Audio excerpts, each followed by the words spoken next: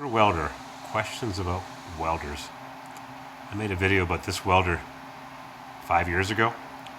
My Lincoln Electric SP100. I must have bought this 25 years ago. Probably more, 28 years ago.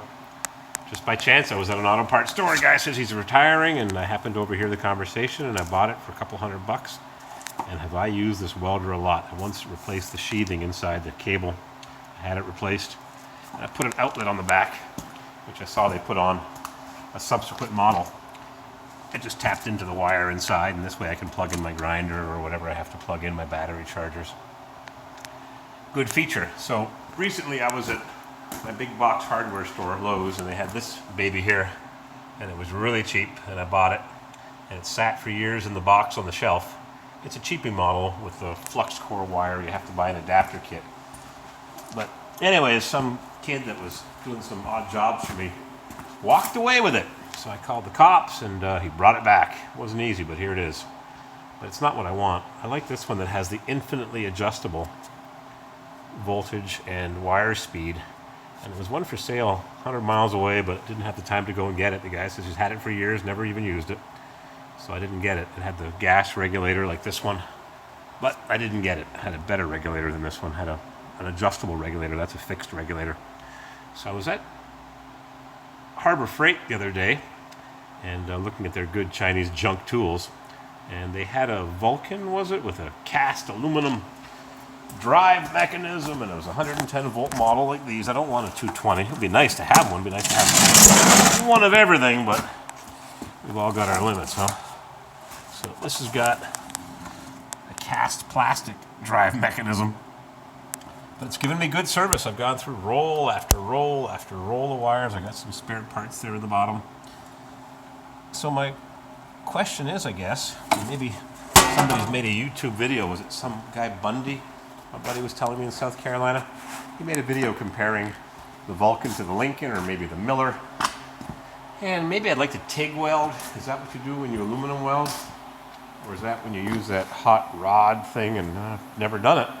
I've never welded aluminum. I've just used this MIG welder to weld just stuff like this, and I've used it for years. And maybe it's time to upgrade. This machine's given me many years of good service, but if I could sell this brand new one, which this kid finally returned after some gentle persuasion by the gendarme.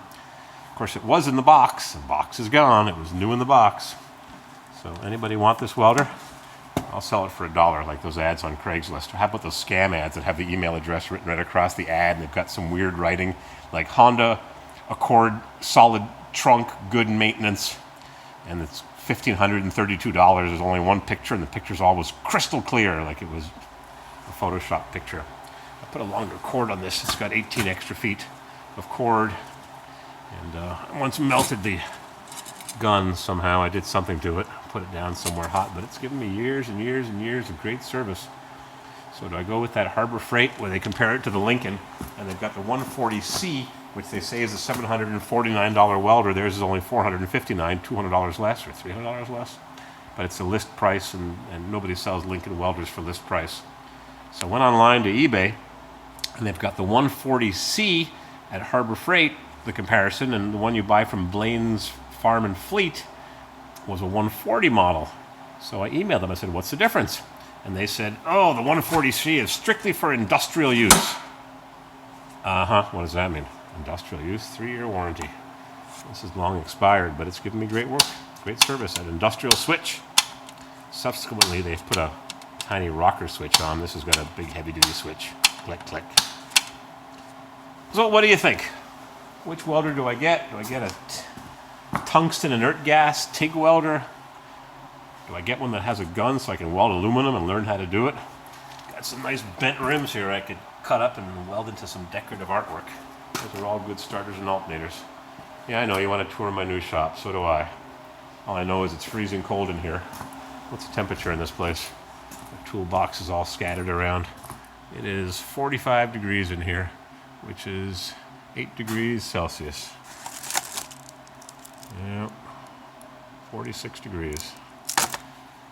Cold. I got a big electric bill to pay coming up next week.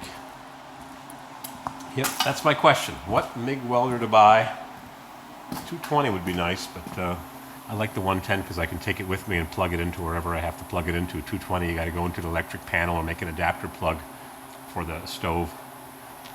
I went to look in Google Photos to see if my video was still there that I made yesterday that didn't get posted properly, but it's not there. I wonder if this one will post. Time for a new phone. This one is junk, just like this shop. It's some problem or something. Yeah. Words escape me.